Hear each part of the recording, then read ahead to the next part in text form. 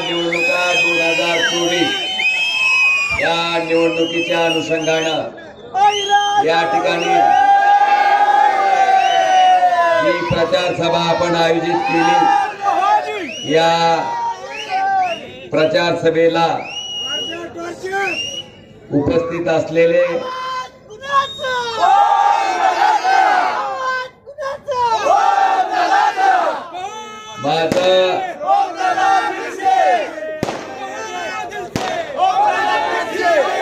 माझं राजकारणाचं वय, ज्या साहेबांच्या राजकारण करण्याचा अनुभव आणि माझं वय, मला वाटते माझ्या वयापेक्षा सुद्धा जास्त काळ त्यांनी महाराष्ट्राच्या विधानसभेत आमदार म्हणून आणि मंत्री म्हणून काम केलं असे आपले सर्वांचे लोकनेते आदरणीय दिलीपरावजी टोपल साहेब, ज्यांचं मार्गदर्शन आपण आत्ताच ऐकलं, ते बार्शी नगरपालिकेचे माजी नगराध्यक्ष आदरणीय विश्वासभाऊ बारबोले साहेब, या कार्यक्रमाला अध्यक्ष म्हणून लाभलेले आदरणीय जिल्हा परिषदचे माजी सदस्य दिनकर काका पाटील साहेब, आदरणीय मकरंद मालक निंबाळकरजी, सुभाषजी शेळके, या सभेच्या निमित्तानं आवर्जून या ठिकाणी मंचावर उपस्थित असलेले भैयासाहेबजी देशमुख, आदरणीय नागेशांना अक्कलकोटे, मनोज बप्पा डुरे पाटील, ऍडव्होकेट जीवनजी आरगडे, आमच्या भगिनी तेजस्विनीजी बरोट, आमचे संपर्क प्रमुख सुनीलजी काटमोरे, या ठिकाणी मंचावर उपस्थित असलेले सागरजी डिसले, रवीजी देशमुख, गणेश नाना जाधव, अरुण सावंत,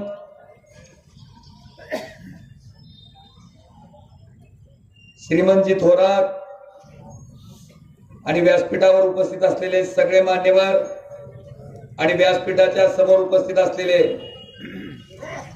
या भागातील सर्व वडीलधारी मंडळी, तरुण मित्र आणि जिथपर्यंत माझ्या माईकचा आवाज जातोय तिथपर्यंत घराघरात ऐकणारी माझी माता भगिनी बंधूंनो, मी मागची 5 वर्ष आपला खासदार म्हणून काम करतोय. हे काम केल्याच्या नंतर, माझं 5 वर्षाचा अनुभव बघितल्याच्या नंतर, साहेब मागच्या वेळेस सुद्धा प्रचाराच्या निमित्तानं बार्शीत कधी कुठं आलो तर सामान्य लोक नेहमी म्हणायचे की धाराशिववाल्याचा आमचा अनुभव जरा वाईटच आहे.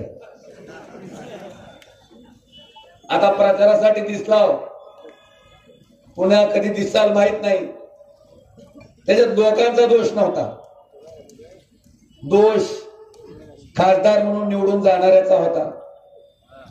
एकदा का निवडणुकीपुरता बार्शीत प्रचाराला आला की पुन्हा ती निवडून आलेला खासदार बार्शीला कधी बघायला नाही भेटला, त्याला बोलता नाही आलं.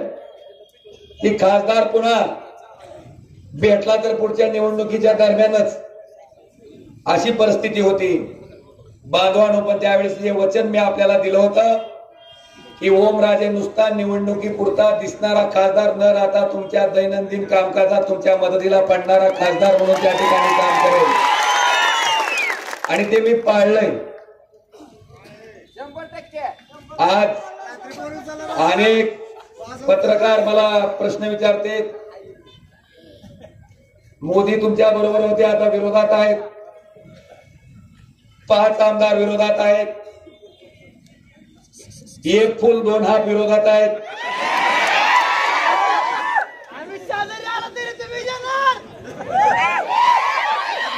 पुन्हा आमच्याकडचे 40 फोडून खेकडा मंत्री चिन्हासहित शेणा त्याच्या बरोबर आहे. आम्हाला वाटलं आम्ही दुःखी आहेत काय की, पण भाऊचं सुद्धा गड्या हाणून टाकलं. भाऊला दिली तुतारी, त्यांच्याकडचे बी 38 घेतले ते बी बरोबर आहेत. मनसेचं इंजिन सुद्धा विनाशर त्यांचा डबा वडायला लागले. अजून प्रयत्न करून आमच्याकडचे काँग्रेसची बी काही माणसं फोडलेत. रोज फोडायला चालू आहे. मला सांगा, एवढी शक्ती एकवटल्याच्या नंतर सुद्धा मला वाटलं ह्यांना कॉन्फिडन्स आला असेल. नाही, पुन्हा तेच पंतप्रधान साक्षात धाराशिवला येऊन माझ्या विरुद्ध सभा घेऊन गेले. आता मला सांगा, हे पुढचे सगळे आमदार मला काय म्हणते, हे चिल्लर आहे, हे शुल्लक आहे, हे काय काम करते का, हे निष्क्रिय आहे. आता मी निष्क्रिय आहे, मी शुल्लक आहे, मी काहीच काम केलं नाही. मग देशाच्या पंतप्रधानाला इथं धाराशिव मध्ये येऊन सभा घ्यायची माझ्या विरोधात पाळी का पडावी? मला विचारते, म्हणले तयारी तुमची कुठवर आली? लयदा विचारलं मला आधी.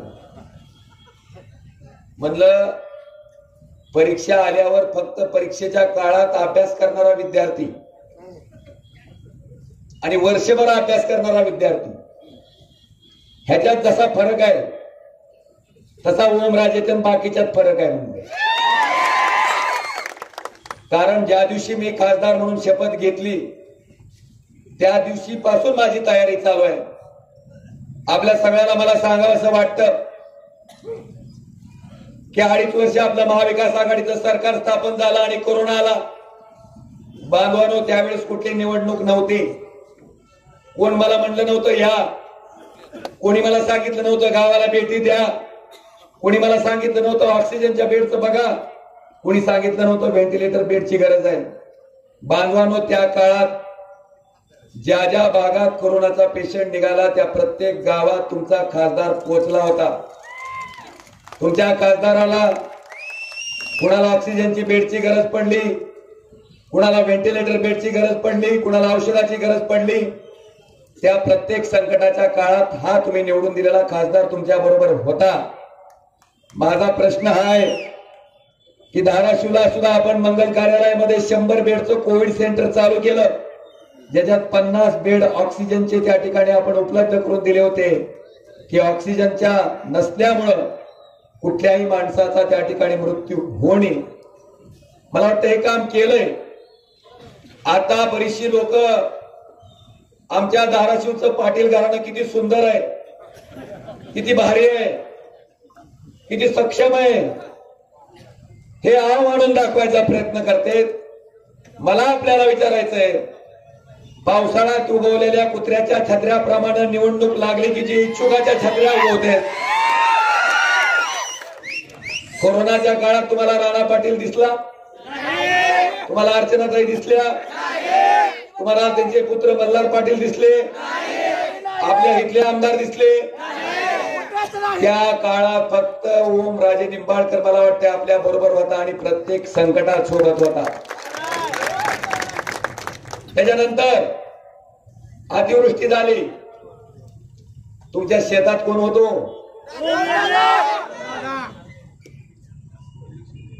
आणि म्हणून बांधवानो, मी तयारी ज्या दिवशी शपथ घेतली खासदार म्हणून त्या दिवसापासून माझी चालू आहे, अखंड चालू आहे.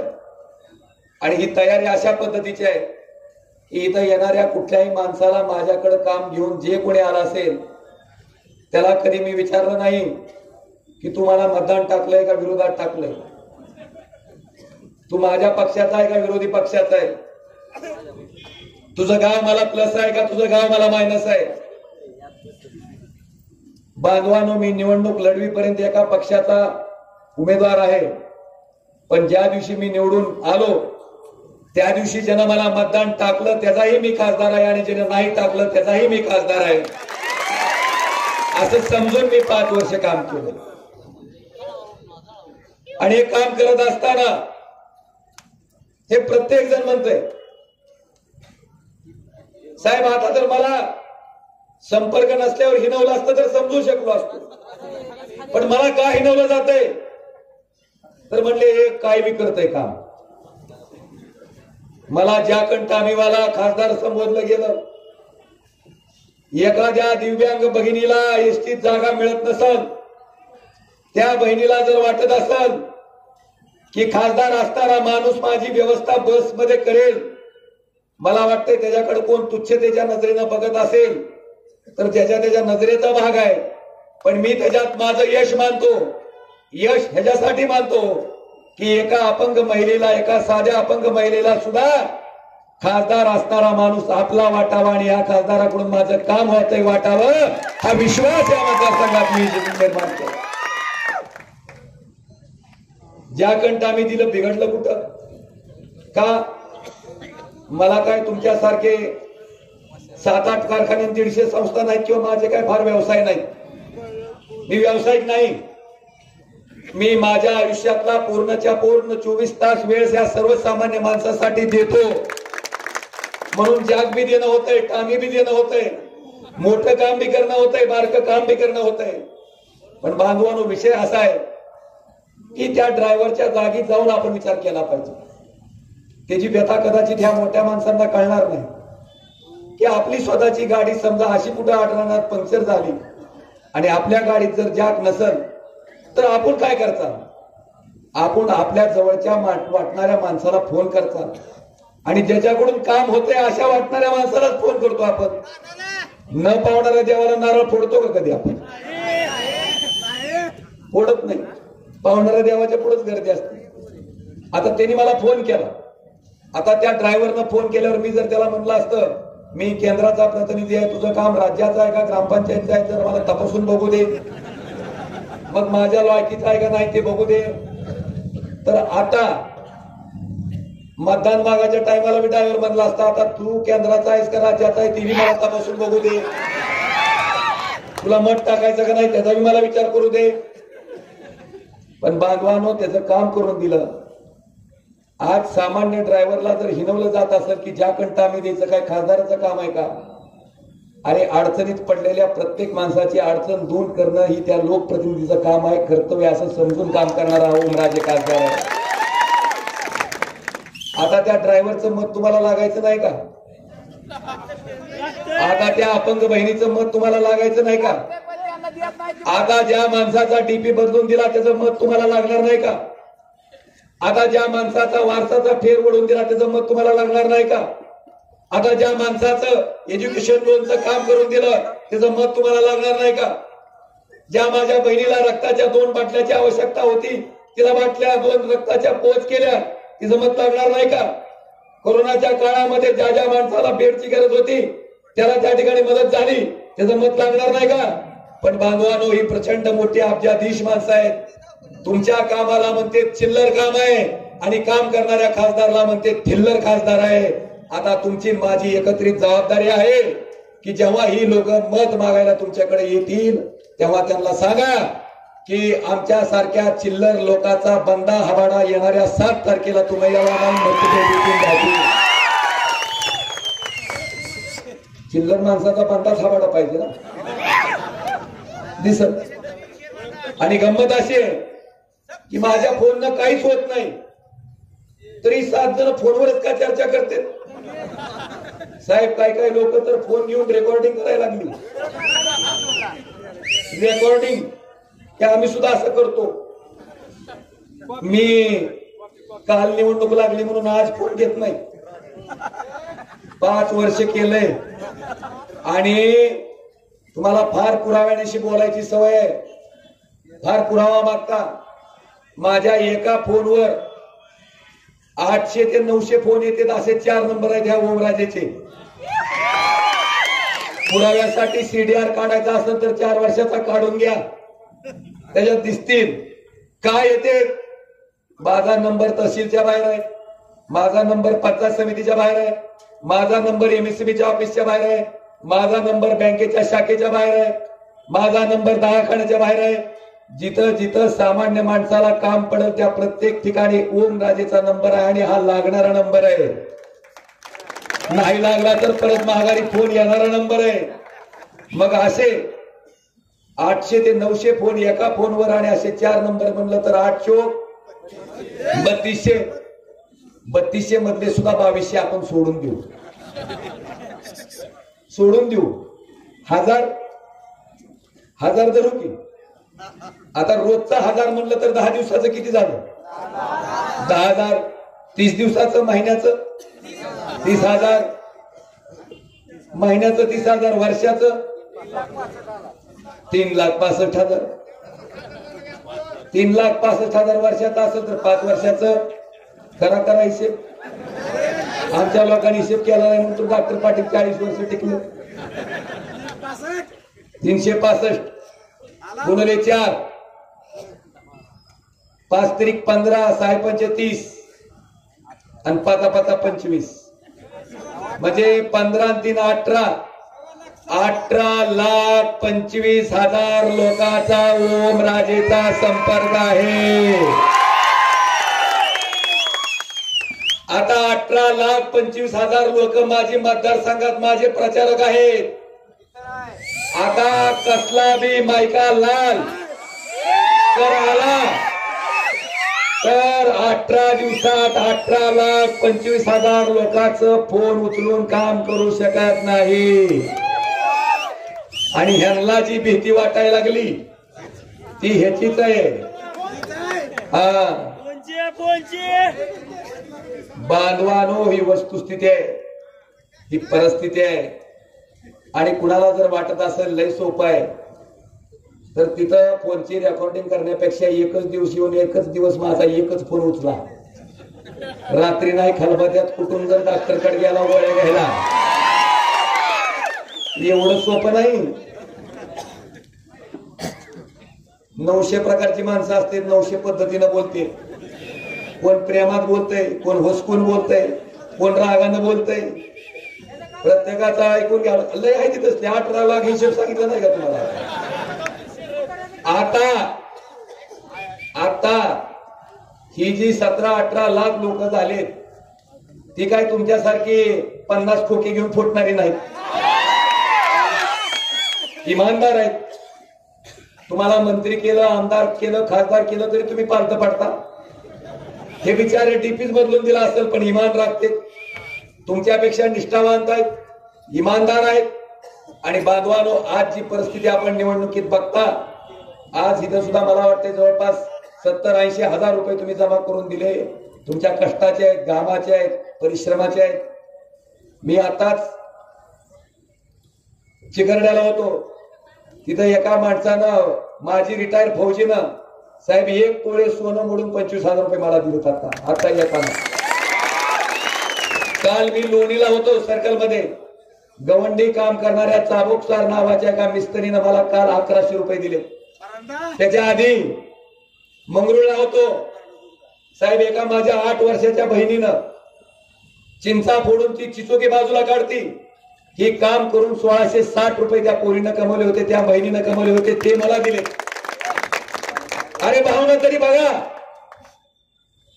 तुमच्या 200-300 कोटीला माझं ती 1660 रुपये ऐकणार नाहीत, कारण इमानदाराचे आहेत, प्रेमाचे आहेत, मेहनतीचे आहेत.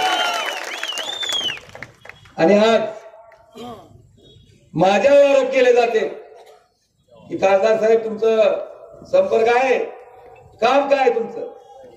मी कधी सांगितलं नाही, पण आता सांगणं गरजेचं आहे. तुम्हालाही वाटायचं 5 वर्ष जाखण टाइमीवरच गेली काय म्हणून सांगतो, कधी सांगत नसतो मी. धाराशिवचं शासकीय वैद्यकीय महाविद्यालय ओमराजे निंबाळकर 2.5 वर्ष महाविकास आघाडीच्या सरकारच्या काळात, उद्धव ठाकरे 2.5 वर्ष मुख्यमंत्री होते, 1.5 वर्ष कोरोनात गेलं, 1 वर्ष काम करता आलं. पण बांधवानो, धाराशिवचं शासकीय वैद्यकीय महाविद्यालय धाराशिवलाच चालू केलं. पुढच्या वर्षी डॉक्टर झालेली मुलं त्या ठिकाणी त्या कॉलेजमधनं बाहेर पडतात. हे माझं पहिलं ठळक काम.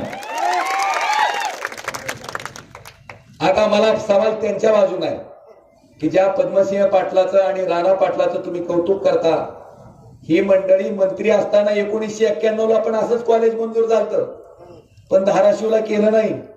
कुठं केलं? आता तुम्हाला बी आले का बघा, मुंबईला का? आणि हे माणूस मला विचारतोय की धाराशिवला मंजूर असलेला एखादा पुरावा दाखवा. मग मी त्यांना विचारलं की राजा, घरकुल बांधायचा अर्ज आपण आधी सरकारकडे किंवा पंचायत समितीकडे किंवा ग्रामपंचायतकडे करावा लागतो का? ग्रामपंचायत अशी घरकुल फेकून आणते आपल्याला, आधी अर्ज करावा लागतो. आता तू अर्ज जर धाराशिवसाठी केला असेल तर धाराशिवला तुला मंजुरी देते. तू जर झक मुंबईच्या नावानं मारले असेल तर मंजुरी कुठली देते? मुंबईची. याला मागणीच केली कुठली, मग दिलं कुठं? आणि हे मला विचारतंय की हिथं मंजूर असलेला दाखवा. अरे तू मागणी केली मुंबईची, मग हिथं मंजूर कोण कपाळण केलं का तुम्ही? साहेब, अन्याय काय झाला? 1991 ला आमचं शासकीय वैद्यकीय महाविद्यालय धाराशिवला झालं असतं, आमच्या लोकांना उपचार झाले असते, आमच्या इथल्या शेतकऱ्याच्या लेकराला डॉक्टर होता आला असतं. हे कॉलेज तिकडं नेलं ते नेलं, सरकारच्या मालकीचं ठेवलं नाही.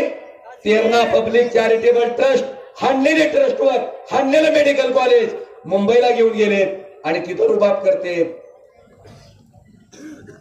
की आम्ही इथून माणसं फुकट नेता आणि तपासून आणतो. त्याचाही भांडाफोड केलाय मी. माहितीच्या अधिकारात माहिती घेतली तर महात्मा फुले जन आरोग्य योजनेतनं 18,74,03,47 रुपये एवढे पैसे या हॉस्पिटलनं उचलले. त्याच्यामुळे नाकातल्या नाकात आणि शुद्ध बोलायचं नाही आणि फुकटचं भूषण हाणायचं नाही. आता फरक बघा, एक माणूस स्वतःच्या मालकीचं मेडिकल कॉलेज न करता इथं जिल्ह्याच्या मालकीचं, सरकारच्या मालकीचं करतो, जिल्ह्यात करतो. आणि हे ज्याचं गुणगान करते ते मुंबईला नेतंय, स्वतःच्या मालकीचं करतंय. आणि एकाही शेतकऱ्याचं लेकरू 91 पासून आतापर्यंत डॉक्टर केलेलं नाही. दाखवावं, एकही नाही. आणि आपले आमदार साहेब म्हणतात की फार देखण माणूस आहे. आमचा देखण पण बघायचा असेल तर आमच्याकडची मार्केट कमिटी एकदा येऊन बघून जावा. कशी कुत्रण डुकर हिंडायला लागली असते ती बघा, आणि बार्शीची बघा, दिसेल तुम्हाला फरक. लातूर आमच्या तालुका होता. 1983 ला लातूरचा जिल्हा झाला. हे 40-45 वर्षे मंत्री होते. यांच्या मंत्रिपदाचा काय फायदा आम्हाला? तर अजून धाराशिवची नगरपालिकाचा आहे, लातूरची महानगरपालिका झाली. इतका फरक आहे तिथं इथं, इतका विकास आहे. दरिद्री जिल्ह्याच्या यादीत धाराशिव देशात 3ऱ्या नंबरला आणि श्रीमंत खासदाराच्या यादीत मंत्री असलेले डॉक्टर पाटील श्रीमंत खासदाराच्या यादीत वरच्या नंबरला. नेमका विकास झाला कुणाचा आणि जिल्ह्याचं काय झालं ह्याचंही विवेचन करा. बांधवानो, या सगळ्या बाबीचा विचार केल्याच्या नंतर मला परत कामाकडे यायचंय. कामापासून बाजूला जायचं नाही, ठळक काम सांगणं गरजेचं आहे. साहेब, मला सांगायचंय की सोलापूर जिल्ह्यामध्ये, हो, सोलापूर जिल्ह्यामध्ये 3 खासदार आहेत. 2 भाजपचे आहेत, 1 शिवसेनेचा आहे.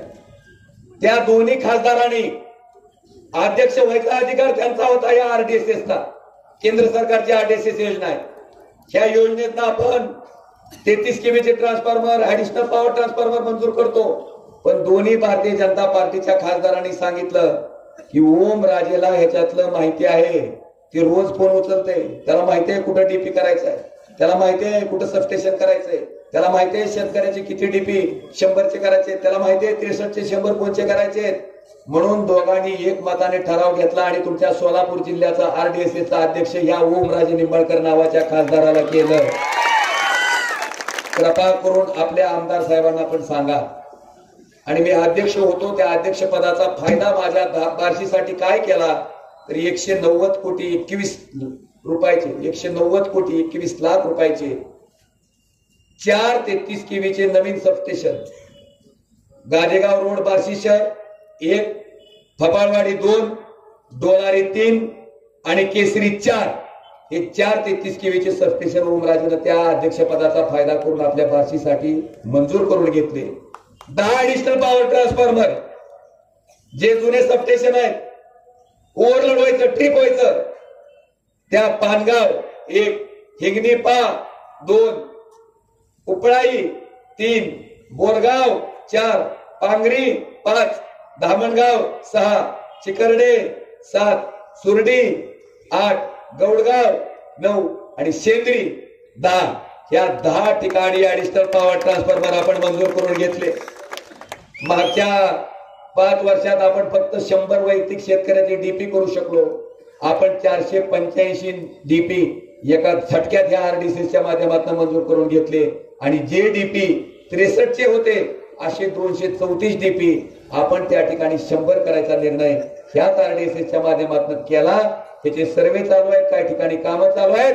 माझा तुम्हाला शब्द आहे, पुढच्या 1.5 ते 2 वर्षात लाईटीच्या बाबतीत कुठल्याही शेतकऱ्याला अडचण बार्शी तालुक्यात राहणार नाही.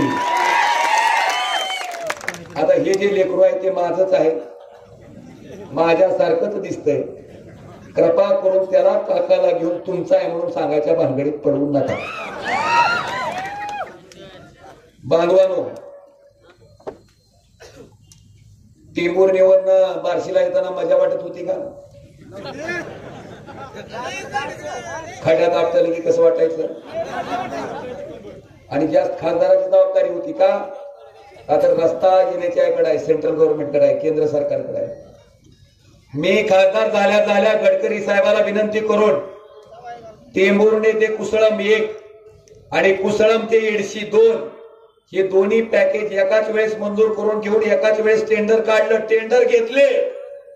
टेंभुर्णी ते कुसळमचं काम केलं, पण कुसळम ते येडशीचं जरा कॉन्ट्रॅक्टर देखणं निघालं. आवताडे मला कळालं त्यांचे भाऊ आमदार आहेत कुठले तरी, त्यांनी काम केलं नाही, ज्याच्यामुळे काम रखडलंय. परत त्याचं टेंडर फ्लॅश केलंय. आता सध्या ते काम प्रगतीपथावर आहे. जर आवताडेने काम केलं असतं तर टेंभुर्णी पासून येडशी पर्यंत एकही खड्ड्यात न आपटता तुम्ही सुखरूप आले असता. हे काम तुमच्या खासदाराचं आहे. हे दुसरं काम. तिसरं, दिव्यांग बांधवाला साहित्य वाटप ईडीआयपी आणि आलिमको 1976 पासून वाटप करते.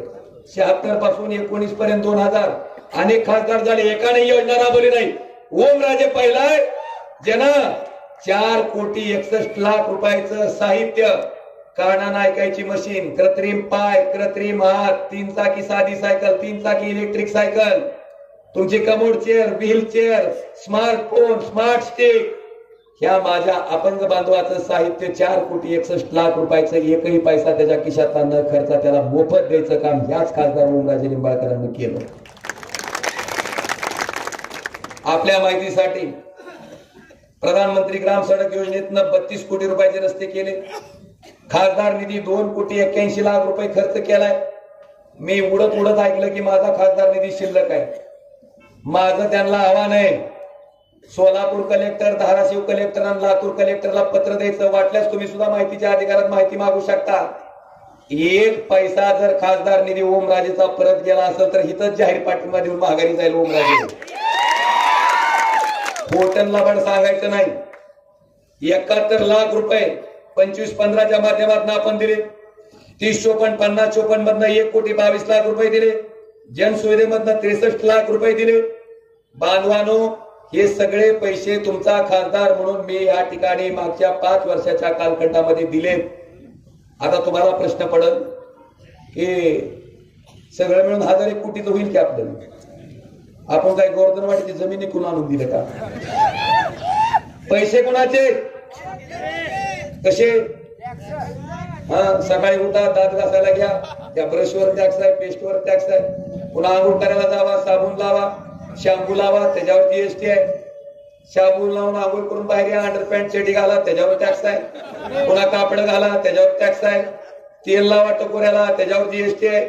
खताचं पोतं घ्या, फोटो लावून जीएसटी आहे. माणूस वर गेलं तर पोचवायच्या सामानावर सुद्धा जीएसटी आहे. म्हणजे पैसे कुणाचे आहेत? तुमचे पैसे तुमच्यासाठी खर्च केले तर आमची भाषा उपकाराची पाहिजे का कर्तव्याची? ओमराजेनं कर्तव्य म्हणून कधी सांगितलं नाही, पण मी सांगितलं नाही म्हणून ह्यांनी मला पक्क जाकण टाकीमध्ये अडकून टाकलं. आता ही सांगितलंय. ह्याच्या बाबतीत काही शंका असेल तर सांगा. दुसरा आरोप, साहेब माझ्यावर टक्केवारीचा आरोप केला. सांगावं मी जर टक्केवारी घेतलीस तर ही लोक खुळे येते का मला पैसे आणून द्यायला? आणि आम्ही टक्केवारी घेतली असती तर आम्ही पण क्षेत्रात बोकडं कापायला पैसे दिले असते तुम्हाला. आणि सगळ्यात महत्वाचं, जर पैसे आणले असते तर भारतीय जनता पार्टीच्या वॉशिंग मध्ये स्वच्छ व्हायला पहिल्यांदा पालता आम्ही पडला असता. आम्ही हल्लो नाहीत, आम्ही गेलो नाहीत, आम्ही प्रामाणिक आहेत, इमानदार आहेत म्हणून खोटा ठोकून इथं बसलेला कुणाच्या बापाला घाबरत नाही. लाव काय चौकशी लावायची, ती कर चौकशी काय करायची. त्याच्यामुळं असे लबाड आरोप कृपा करून आमच्यावर करू. बांधवानो, कामाच्या बाबतीत निश्चिती झाली असेल. आता पुढं मोदी साहेबाचं माझं काय वाकडं नाही. मी काय त्यांच्या शेताच्या जरी शेत घेतलं नाही, रोज बांध टोकरीत नाही, ती बी माझा टोकरीत नाही, मी बी त्यांच्या टोकरीत. माझं त्यांचं काय म्हणणं आहे,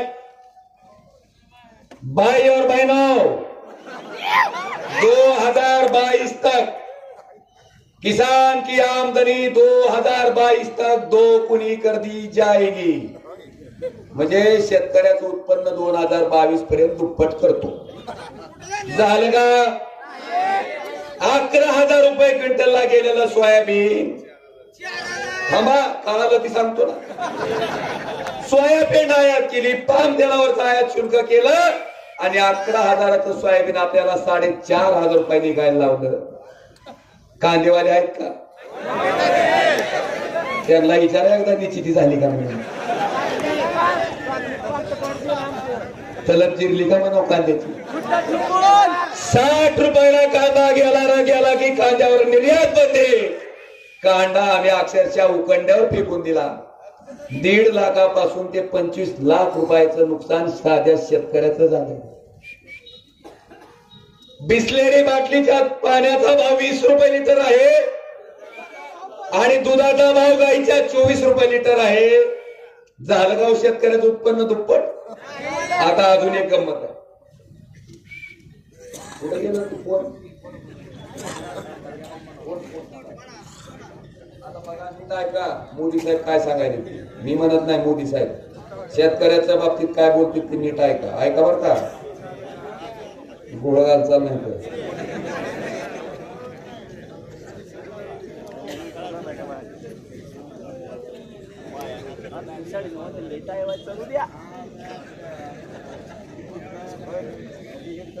नीट शांततेत गोंधळ घालायचा नाही, शांततेत ऐकायचं नाही तर मोदी साहेब ईडी लावतील सगळे. किसान भाइयों को मैं वादा करता हूं कि भारतीय जनता पार्टी की सरकार बनने के बाद पहली ही मीटिंग में पहला ही काम किसानों की कर्ज माफी का कर दिया जाएगा. और मैं खुद इस काम को करवा के रहूंगा. ये मेरी जिम्मेवारी मान लीजिए. कशी झक मारायची.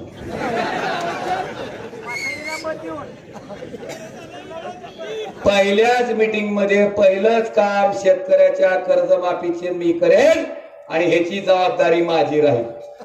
आता कोणची मीटिंगची वाट बघायची. भाई और बहनों, महंगाई कम हुई की नहीं हुई? अरे हुई म्हणा. कशी हुई? 700 ते 800 रुपये एकरनं आपण नांगरत होता 14ला. आज काय भाव नांगराला? 2000. 400 रुपयाला डीएपीचं पोत यायचं, आज 1600ला घेता. 60 रुपयाचं डिझेल 97 रुपयाला घेता. 70 रुपयाचं पेट्रोल 105 रुपयाला घेता.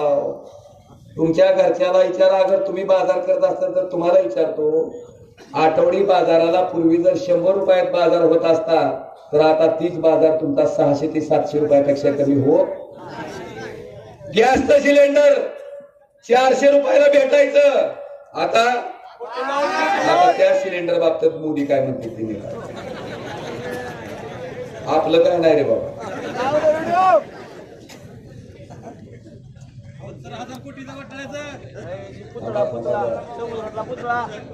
महंगाई बढ़ती है तो गरीब क्या खाएगा? आज प्रधानमंत्री यहाँ आए थे, लेकिन प्रधानमंत्री महंगाई का मां बोलने के लिए तैयार नहीं है, महंगाई का मां बोलने के लिए तैयार नहीं है. इनका अहंकार इतना है, महंगाई के लिए एक शब्द बोलने को तैयार नहीं है. मरो तो मरो, आपका नसीब. अरे गरीब के घर में चूल्हा नहीं जलता है, बच्चा रात रात रोता है, मां आंसू पी के सोती है, और देश के नेताओं को गरीब की परवाह तक नहीं है. ये गरीबी का हाल कर दिया है. 4 तारीख को वोट करने जाए तो जरा घर में जो गैस सिलेंडर है ना, उसको जरा नमस्कार करके जाइए.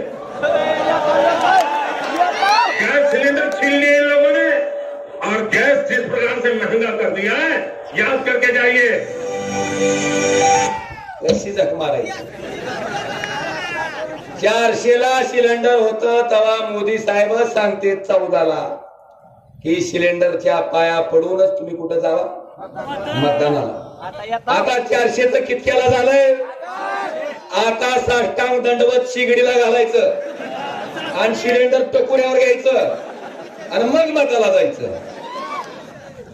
भाई और बहनों, ना खाऊंगा ना खाने दूंगा, लेकिन सबसे ज्यादा जो खाएगा उसको ईडी की नोटिस दे के भाजपा में लूंगा. 70,000 कोटीच्या घोटाळ्याचा आरोप. त्याचं बी आहे पण वेळ घालवत नाही साहेब, बोलणार आहे. 70,000. अरे धमकी आता काय बघायला. 70,000 कोटीच्या घोटाळ्याचा आरोप. दाव जाऊ दाव तू जाऊ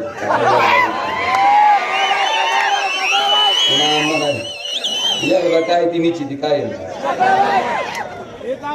एनसीपी पर भी करीब 70,000 करोड़ रुपए के घोटालों का आरोप है. महाराष्ट्र स्टेट कोऑपरेटिव बैंक घोटाला, महाराष्ट्र सिंचाई घोटाला, अवैध खनन घोटाला, इनकी लिस्ट भी बहुत लंबी है. कशी जग मारायची. घोटाळ्याचा आरोप केला की अख्खा अजितदादा पवार 5 दिवसात त्याच भारतीय जनता पार्टीच्या आमदाराच्या पाठिंब्यावर त्यात भाऊचं बी मत आहे. कोण झाले उपमुख्यमंत्री आणि खातं कोणचं? हा म्हणले ह्यांना खायचं माहित आहे चांगलं, ह्याचा ती द्या.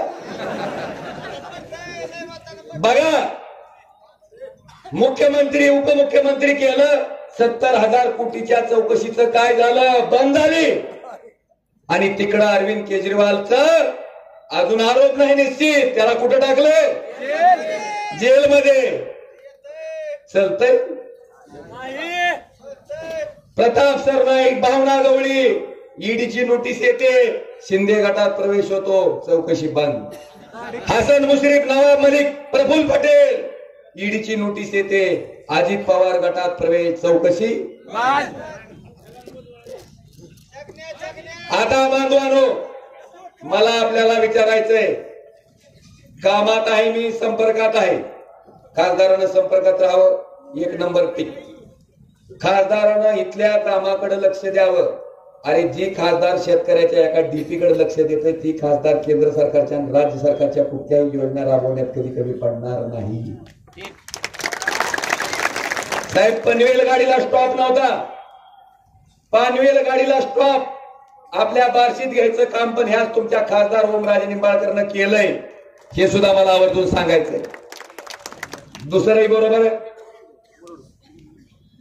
आता बांधवानो, या सगळ्या बाबीचा विचार केल्याच्या नंतर संसदेत काय बोलतोय? कारण साहेब मी माझ्या आधीच्या सगळ्या खासदाराचं रेकॉर्ड काढून आणलं. सगळ्याचं मिळून सगळ्याचं एकत्रित केल्यावर जेवढ्यांदा ती बोलले तेवढा ओमराजे एकाच टर्म मध्ये 71 वेळेस लोकसभेत बोलला. 71 वेळेस. आणि जी लोक तुम्हाला सांगायला ना पाटील घराणं फार देखणं आहे, अर्चनाताई फार विकास करणार आहेत, त्यांचे सासरे 5 वर्ष खासदार होते, एकदा सुद्धा फोबाड त्या लोकसभेत उघडला नाही, बोलले नाहीत. एकदाही बोलले नाही. तुमच्या किती गावाला भेटी दिल्यात मला माहित नाही, तुमचे किती फोन उचललेत मला माहित नाही. अरे मग कशाला व्हायचंय, कशाला खासदार? खासदार यांना प्रतिष्ठेसाठी व्हायचंय. ओमराजेला 18 ते 20 लाख लोकांची जबाबदारी म्हणून व्हायचंय. तुम्ही निवडायचंय, कुणाला ते करायचं. लोकसभेत मराठा आरक्षणाचा विषय आला. मराठा आरक्षणाचा विषय जरांगे पाटलाचं आंदोलन झाल्यावर आपण चर्चा करायला चालू केली. पण बांधवानो, जरांगे पाटलाचं आंदोलन होण्यापूर्वी 1.5 वर्ष आधी सुप्रीम कोर्टात मराठा आरक्षणाच्या विरोधातली याचिका आल्यावर मी बोललो. काय बोललो? मी तामिळनाडू राज्याचं आरक्षण काढलं की त्यांचं 50% पुढे गेलं, तर केंद्र सरकारनं त्यांच्या बाबतीत सुप्रीम कोर्टात सपोर्टिव्ह ऍफिडेव्हिट दिलं आणि तामिळनाडूचं आरक्षण 78% गेल्याच्या नंतर सुद्धा केंद्र सरकारच्या मदतीनं टिकलं. मग मी काय मागणी केली केंद्र सरकारकडं की केंद्र सरकारनं त्यावेळेस तामिळनाडू सरकारच्या बाबतीत जे केलं तेच महाराष्ट्र राज्यात मराठा आरक्षणाच्या बाबतीत करावं, जेणेकरून आमचं मराठा आरक्षण टिकल. आणि मराठा आरक्षण टिकलं असतं तर ओबीसी आणि मराठा वाद झाला. ऐकलं नाही का? उद्धव ठाकरे मुख्यमंत्री आहेत, त्यांना खड्ड्यात पडायचं होतं, त्याच्यासाठी खटा खांदला आणि खड्ड्यात पडलं टरबूज. लिंगायत समाज 12व्या शतकामध्ये समतेचा संदेश देणारे जगज्योती महात्मा बसवेश्वर यांना मानणारे अनुयायी हा समाज कर्नाटक राज्याच्या नंतर सगळ्यात जास्त कुठं असेल तर तो महाराष्ट्रात. आणि या समाजाची मागणी होती की आम्हाला अल्पसंख्याक समाजाचा दर्जा मिळावा आणि लिंगायत समाजाला धर्म म्हणून मान्यता मिळावी. ही मागणी तुमचा खासदार ओमराजे निंबाळकरनं संसदेत तेवढ्याच ताकदीनं त्या ठिकाणी केली. हे सुद्धा मला आवर्जून सांगायचं.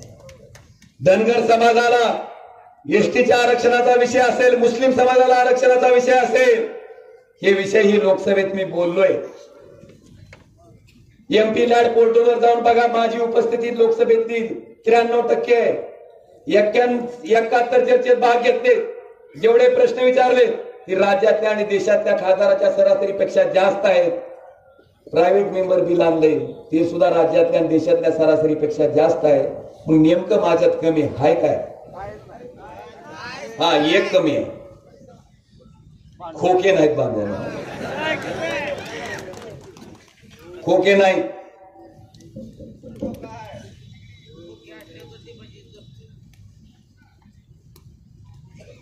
आता फारसं काही बोलत नाही, साहेबांना वेळ द्यायचा आणि त्यांचं भाषण झाल्याशिवाय आपल्याला मुलामा चढणार नाही. बांधवानो, आता माझी आपल्याला इतकीच विनंती आहे की या सगळ्या बाबीचा विचार केल्याच्या नंतर पुढं 45 वर्ष शरद पवारांनी यांना मंत्री केलेला असताना सुद्धा त्याच्याबरोबर गद्दारी करून 45 वर्ष मंत्रिपदाच्या काळातलं गबाळ ईडी पुसून वाचवण्यासाठी भाजपमध्ये गेलेलं पाटील कुटुंब आहे. आणि दुसऱ्या बाजूला उद्धव ठाकरे साहेबाचा पक्ष जात असताना, चिन्ह जात असताना, नाव जात असताना, सत्ता जात असताना, पलीकडे गेल्यावर 50 खोके भेटत असताना त्याच्यावर लात मारून प्रामाणिकपणे तुमच्या मताशी बेमानी न करता इमानदारीने उभा राहिलेला ओमराजे आहे. घराणेशाहीवर बोललं जातंय. बरं झालं इथला रहिवासी नाही राणा पाटील, नाहीतर नगराध्यक्ष राणा पाटील, उपनगराध्यक्ष अर्चनाताई पाटील आणि नगरसेवक मल्हार पाटील चालतंय. 2019ला जर माझ्या जागी राणा पाटील खासदार झाला असता तर खालची विधानसभा कोण लढली असती? बघा किती फास्ट सांगते अर्चनाताई. ओमराजे खासदार झाला, खालची विधानसभा ओमराजेच्या बायकोनं किंवा ओमराजेच्या भावानं लढली नाही. एक शेतकऱ्याचं लेकरू आमदार कैलास पाटील त्या ठिकाणाहून आमदार म्हणून निवडून आले. बांधवांनो, हा फरक आहे त्याच्यातून माझ्या. आणि ते सुद्धा निष्ठेनं आज उद्धवजी ठाकरे साहेबांबरोबर आहेत. मला आपल्याला सांगायचंय की ताई आल्या, विचारलं आता आपण अजित पवारांचं घड्याळ घेऊन आलात, मग हा वाढवणार का? हे माई म्हणली माझं नाव तिकडे भाजपमधून हे कशाला वाढवायचं साहेब? त्याच्या पुढची गंमत, ते पोरग नुसतं देवानं अंगानं वाढू दिले, बुद्धी काय वाढू दिली नाही. ते त्याच्या पुढचं ते म्हणतंय माझ्या रक्तात राष्ट्रवादी आहे, हृदयात कमळ आहे. लेकराचा दोष नाही हो. मल्हार पाटलाचे पप्पा कोणत्या पार्टीत आहेत? भाजप. मम्मी राष्ट्रवादी. मग त्याचा असा केमिकल लोचा होणं स्वाभाविक आहे. आता फक्त थोडं पुढे वाढवतो भाषण की आपल्या आईबाबाचा आदर्श घ्या. किडनी लिव्हर शिल्लक आहे, शिंदे गटाला लिव्हर मध्ये टाका आणि किडनीमध्ये मनशे टाका. म्हणजे तुमच्या आईबाबासारखं जर तुम्हाला रात्रीतून वाटलं, तुम्ही जर शिंदे गटात गेला तर सकाळी सांगायला रे काम की माझ्या किडनीत शिंदे गट होता म्हणून आलो. चालतंय का भाऊ? या सगळ्या बाबीचा विचार करा. आणि बांधवानो, मला आपल्याला विनंती करायची की आता येणाऱ्या 8 तारखेला, मला माहिती आहे 7 आहे, बघायला होतो तुम्ही मन की बात ऐकायला का दिल की बात ऐकायला. हे असल्या 2 मशनी आहेत. आता आपल्या जरा खर्च परवडेला मी एकच आणली, एक वर भागल की. असल्या 2 आहेत. आपण 1 नंबरच्या मशीनवर 2 नंबरला माझं नाव आहे, ओम प्रकाश भूपालसिंह उर्फ पवनराज निंबाळकर. फोटो माझा फोटो आहे, ज्याला येता वाचता येत नाही फोटो तर ओळखू येते की. आता इतक्या गाठी घेतल्या म्हणून ओळखणारच माणसं. पुढं मशाल आहे, मशालीचं पुढचं असं बटन दाबायचं, हे असं वाजत आहे. असं वाजलं की लगे महागाई हिंडायचं नाही. त्या व्हीव्हीपॅट मध्ये बघायचं की मशालीची चिठ्ठी गळून पडती का. मशालीचं बटन दाबून मशालीची चिठ्ठी पडली तर आपला पुरावा की आपलं मतदान मशालीला. आता ह्याच्यात भानगड व्हायचं काय कारण? पण मशालीचं बटन दाबून दुसरी चिठ्ठी आली तर हे इथं दमलोय बेट्या महिनाभर प्रचार करून 5 किलो वजन कमी झाली. फोडायची म्हणते, फोडायची फेडायची नाही. अर्ज द्यायचा रीतसर. ही जरा घोळ दिसायला आहे, तुम्ही चौकशी करा, मतदान तात्काळ थांबवा. लेखी अर्ज दिला की केंद्राध्यक्ष चौकशी करून थांबवते. पण मशालीचं दाबून मशालीला जात असेल तर काळजी करायचं काही कारण नाही. बांधवांनो, ही विनंती करतो, येणाऱ्या 7 तारखेला तुमचा खासदार म्हणून 5 वर्ष अखंडपणे प्रामाणिकपणे तुमच्यासाठी निष्ठेनं लढलोय, थांबलोय, तुमच्यासाठी काम केलंय आणि त्या कामाच्या बदल्यातच तुमचं मत मागायचा मला अधिकार आहे. उद्याच्या 7 तारखेला मशाल या चिन्हा पुढचं आपला बाण हाणलाय. चिन्ह काय आपलं?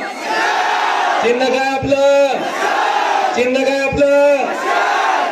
मशालीच्या चिन्हा पुढचं बटन दाबून परत एकदा तुमच्या हक्काचा, तुमच्या घरातला खासदार म्हणून ओमराजेला लोकसभेत पाठवा ही विनंती करतो आणि रजा घेतो. धन्यवाद.